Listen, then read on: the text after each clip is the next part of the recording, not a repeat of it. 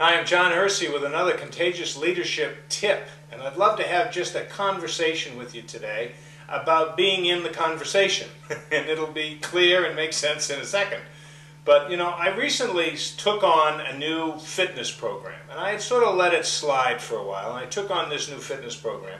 And I was thinking the other day, boy, what a challenge it was to get back into it, and then it occurred to me that you have to stay with it. You have to stay with it every single day. Now, you know that about fitness. You know that about working out and about exercise. You got to stay with it every day for it to have any effect, and it's really hard to get back into it when you've sort of fallen off the wagon, if you will.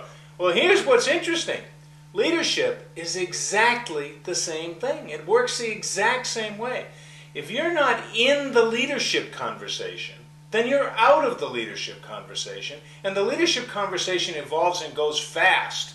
So you really have to figure out how you're going to do that. Now, we're going to be launching very, very soon the Contagious Leaders Coaching Club to corporations so that all of their employees on a monthly basis are going to be able to stay in the conversation.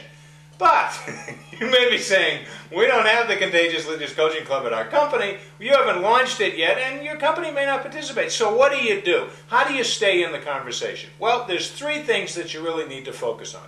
First of all, step one, you need to ask yourself, are you okay with where you are right now? Are you okay with where you are in terms of your own development, in terms of your own progress, in terms of your own career, in terms of leading other people? Are you okay with that? Because if you're okay with that, shut off the video now. We don't have to go any further. But if you're not, you have to move on to step two. Step two is, where do you see yourself? Where do you see yourself as a leader? Where do you see yourself progressing inside your organization or inside of your career? Where do you see yourself leading people, and how do you see yourself leading people?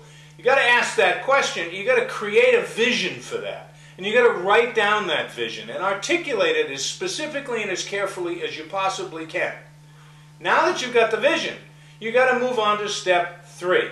Step three. Once you've done the first two steps and decided there, and I mean decided, I don't mean like sort of maybe had a mild interest in really taking this on. I mean decided. Once you've decided, the hard work is done.